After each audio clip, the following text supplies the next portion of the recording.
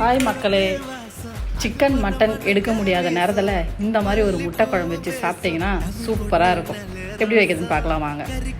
பட்டை, கிராம்பு, ஏலக்காய், தனியா, காஞ்ச மிளகாய், மிளகு, சோம்பு, சீரகம் எல்லாத்துலேயும் ஒரு ஸ்பூன் எடுத்து 2 ஸ்பூன் எண்ணெய் விட்டு வதக்கி எடுத்துக்கலாம். 3 வெங்காயம், 2 தக்காளி, 2 பத்தை தேங்காய் வதக்கி எடுத்துக்கலாம். எல்லாத்தையும் ஆற வச்சு அரைச்சி எடுத்துக்கலாம். மறுபடியும் ஒரு பேன் வச்சு எண்ணெய் ஊற்றி தாளிக்கிறதுக்கு சோம்பு, பட்டை, ஏலக்காய், கிராம்பு, சின்ன வெங்காயம், தக்காளி, 1/2 ஸ்பூன் இஞ்சி பூண்டு பேஸ்ட்டு எல்லாத்தையும் சேர்த்து நல்லா வதக்கி விட்டுட்டு மஞ்சள் பொடி, மிளகாய் பொடி 1 ஸ்பூன், தேவையான உப்பு எல்லாத்தையும் சேர்த்து வதக்கி விட்டுட்டு அரைச்சி வச்ச பேஸ்ட்டையும் மசாலா பேஸ்ட்டையும் சேர்த்து வதக்கி விட்டுட்டு தேவையான தண்ணி ஊற்றி தட்டு போட்டு மூடி விட்டுறலாம். நல்லா கொதித்து பச்சை வாசலாம் போன உடனே முட்டையை உடச்சி ஊற்றி கருவேப்பிலை, கொத்தமல்லி போட்டு இறக்குனா சூப்பராக உடச்சி ஊற்றினா முட்டை குழம்பு ரெடி ஆகிடுச்சு. இந்த வீடியோ பிடிச்சிருந்தா லைக் பண்ணுங்கள், ஷேர் பண்ணுங்கள், கமெண்ட் பண்ணுங்கள், மறக்காமல் சப்ஸ்கிரைப் பண்ணுங்கள்.